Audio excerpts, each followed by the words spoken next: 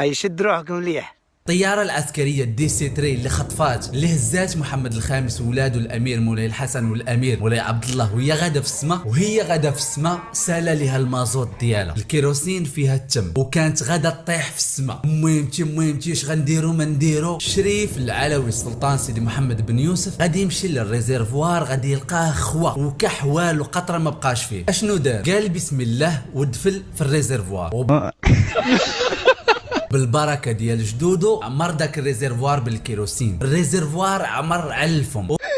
صح عفركم.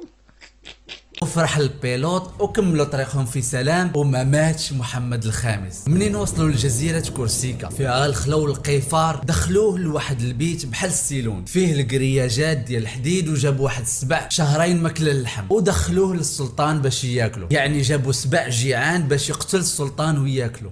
مشى.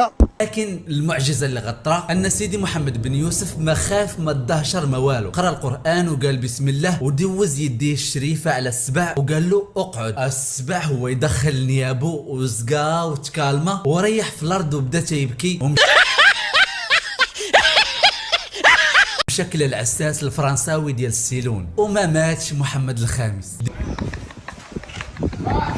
ديك الليله خرجوا رجال ونساء، اللي في العربيات طلعوا الجبال واللي في المدينه خرجوا للساحات وهزوا عينيهم كيشوفوا في القمره، وكل شيء كيبان ليه محمد الخامس راكب على العود ديالو بالطربوش ديالو كيبتسم على الوجه ديال القمره.